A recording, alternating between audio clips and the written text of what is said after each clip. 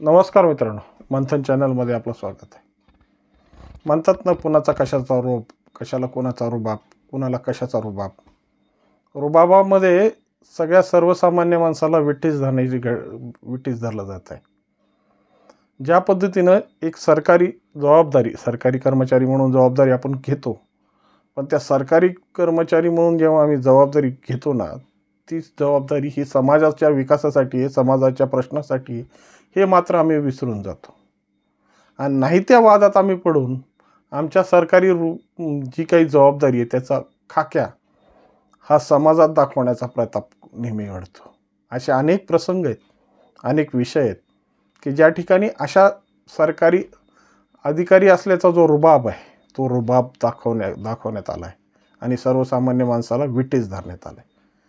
असाच प्रकार एक संभाजीनगरमध्ये गायकवाड कोचिंग क्लासेसमध्ये शिकणाऱ्या 2 मुलींच्या भांडणातून दिसला. या संभाजीनगरमधल्या गायकवाड कोचिंग क्लासेसमध्ये असलेल्या या 2 मुली, एक दुसरीचं नाव लक्षात श्रेया म्हणून नाव आहे आणि एकीचं नाव श्रेया लंके आहे आणि दुसरीचं नाव समजलं नाही आहे.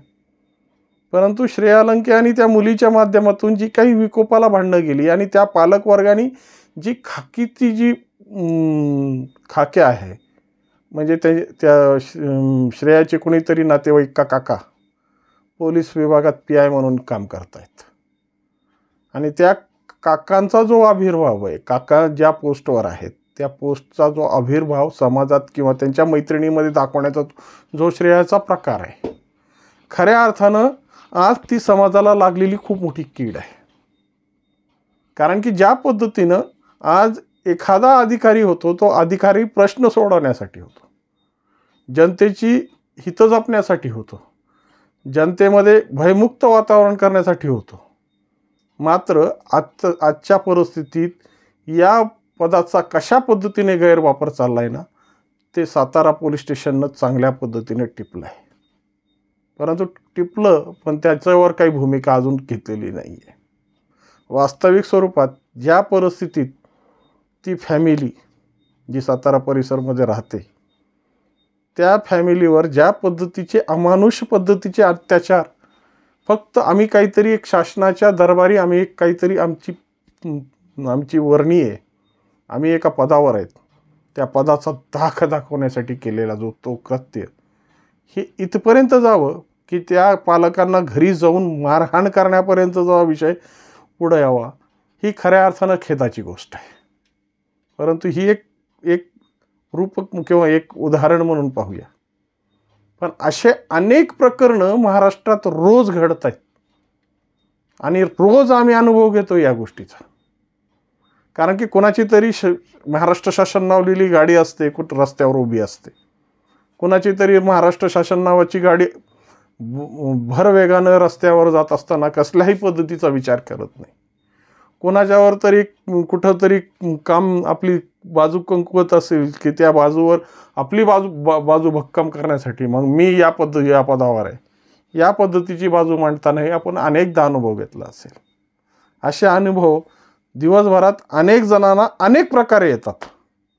परंतु हे अनुभव या जनतेला देणं किंवा या जनतेवर लादणं, खऱ्या अर्थानं या अधिकाऱ्यांना कोणत्या नैतिकतेने हे लादल्या जात आहे, हाच मोठा खरा प्रश्न आहे. कारण ह्या सगळ्या गोष्टी ज्या निर्माण झाल्या आहेत ना, त्या सर्वसामान्य जनतेच्या संरक्षणासाठी आहेत, सर्वसामान्य जनतेच्या सोयीसाठी आहेत, सर्वसामान्य लोकांच्या गरजा भागवण्यासाठी आहेत. आणि त्या सर्वसामान्य लोक ज्या पद्धतीचं टॅक्स सरकारकडे जमा करतात, ज्या पद्धतीचे टॅक्स शासनाला देतात, त्या टॅक्समधून आम्हाला वेतन मिळतं हे आम्ही विसरून जातो. दरवेळेस तुम्ही काही ना काहीतरी विचित्र प्रकार तुम्हाला नेहमी हे रस्त्यावर होताना दिसतात. पण बोलणार कोण? म्हणजे जी परिस्थिती येते ना, ती उंदरांची गोष्ट आहे. 100 उंदीर एक जागी आले आणि 100 उंदरांनी एक मीटिंग घेतली की आम्ही मांजरीच्या गळ्यात घंटी बांधायची आहे, आपल्याला मिळून मांजरीच्या गळ्यात घंटी बांधायची. आणि सगळ्यांनी त्याच्या संदर्भात एकमत दाखवलं, समर्थन दिलं, सगळं झालं. पण जेव्हा मांजरीच्या गळ्यात मांजर आली आणि मांजरीच्या गळ्यात घंटी बांधायची वेळ आली, तेव्हा कोणीच पुढे येईना. तशी परिस्थिती आज समाजात झालेली आहे। या पद्धतीच्या प्रतारणा होताना, या पद्धतीची अन्याय होताना खूप जण बघतात, खूप जणात चिड येते, परंतु मांडणार कोण? कारण की सगळे एक से बडकर एक, आणि त्याचे परिणाम भोगल्यामुळं परिणामाची जी काही परिस्थिती येते, परिणाम जे आमच्यावर येऊन ठेपतात, त्यामुळं सामाजिक पटलावर या पद्धतीचं धारिष्ट्य आणि या पद्धतीचं धैर्य कोणी दाखवत नाही। कारण की नेहमी प्रश्न कशा पद्धतीने उद्भवतात, तुम्हालाही अनेक प्रसंग आले असतील। या प्रसंगातून जेव्हा तुम्ही जाता ना, तेव्हा खऱ्या अर्थाने या प्रसंगाच्या संदर्भातून त्या व्यक्तीला मिळालेली जबाबदारी ही आमच्यावर लादलेली आहे का त्या गोष्टी सोयी सुविधा उपलब्ध करण्यासाठी, आम्हाला सुरक्षित करण्यासाठी, हेच कळायला तयार मार्ग मिळत नाही। तेव्हा खऱ्या अर्थानं जेव्हा ह्या संभाजीनगरमध्ये जे घडलेला प्रकार आहे आणि संभाजीनगरमध्ये जे वर्तन झालं, खऱ्या अर्थानं या सगळ्या गोष्टीची चर्चा खऱ्या अर्थानं व्हायला पाहिजे। कारण जर एक छोट्याशा क्लासेसमध्ये 2 विद्यार्थिनीमधला वाद, आणि जो वाद त्या क्लासेसमधल्या शिक्षकांनी त्यांना एकमेकीला सॉरी म्हणून मिटवलाय, परंतु इगो किती मोठा आहे, तो मिटलेला वाद पुन्हा घरी जाऊन आपल्या वडीलधाऱ्या माणसांना सांगायचं, मग वडीलधाऱ्या माणसांनी जाऊन त्या मुलीच्या पालकांना जाऊन दाबायचं, मग त्या जो काय नाव त्याचं लक्षातही नाही, पण त्या माणसाने जाऊन त्यांच्या दुकानावर जाऊन त्या मुलीच्या वडिलाला आणि आजोबाला शिवीगाळ करायचं, त्या पद्धतीचं धाक दाखवायचा, हे खऱ्या अर्थानं नैतिकतेत बसणारच नाही। तुम्ही एक सर्वसामान्य माणूस आहे, ते एक सर्वसामान्य माणूस आहे, मुलांकडून होतात चुका, मुलांमध्ये होतात वाद, मग त्या वादाचा परिणाम जर तुम्ही या पद्धतीनं सामाजिक जीवनावर पटलावर दाखवायचा प्रयत्न करत असाल, तर खऱ्या अर्थानं तुम्ही कोणत्या पद्धतीचे आहात हे तुम्ही स्वतःला तपासा।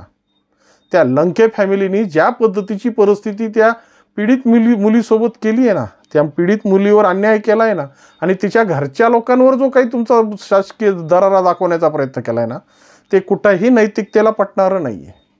किंवा संवैधानिक भूमिकेत घेतलं तर हे संवैधानिक भूमिकेतसुद्धा त्या अधिकार क्षेत्रात येत नाही।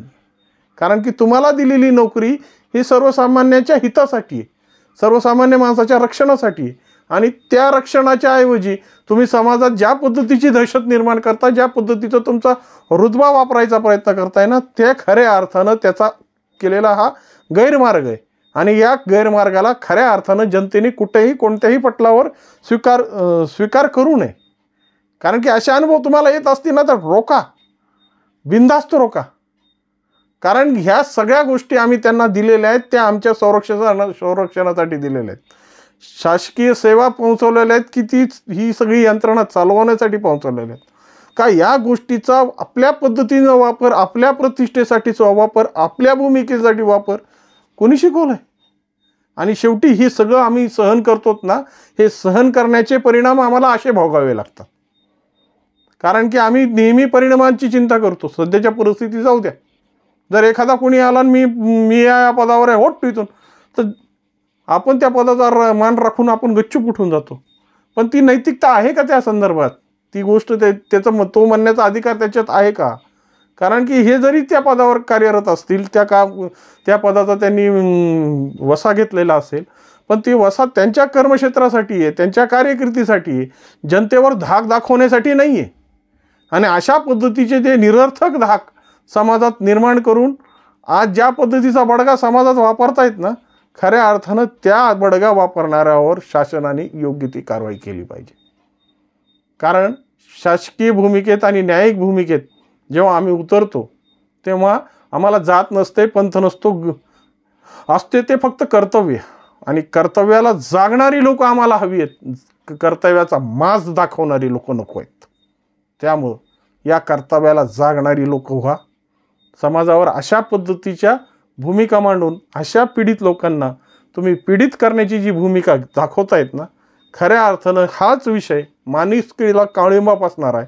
आणि माणुसकीला जोपर्यंत अशा पद्धतीचे काळिंबे, अशा पद्धतीचे वर्तन स्वीकार केले जातील, तोपर्यंत या समाजात वेगळ्या पद्धतीची भूमिका मांडता येणार नाही। त्यामुळं आज खऱ्या अर्थानं सगळ्यांनी जागरूक झालं पाहिजे। कायदा आणि सुव्यवस्था राखणाऱ्या लोकांचा सन्मान त्या कायदा आणि सुव्यवस्थेच्या ठिकाणी केलाच पाहिजे. परंतु त्याची भूमिका जर तुम्ही सामाजिक एखाद्या गोष्टीसाठी स्वतःच्या स्वार्थासाठी करत असतात तर निश्चितपणे त्या गोष्टीला रोखलं गेलं पाहिजे. या संदर्भात आपल्या मनात काय विचार असतील, आपल्याला हा विषय आवडला असेल तर निश्चितपणे तुम्ही कॉमेंट्समध्ये आपले विचार अभिव्यक्त करा.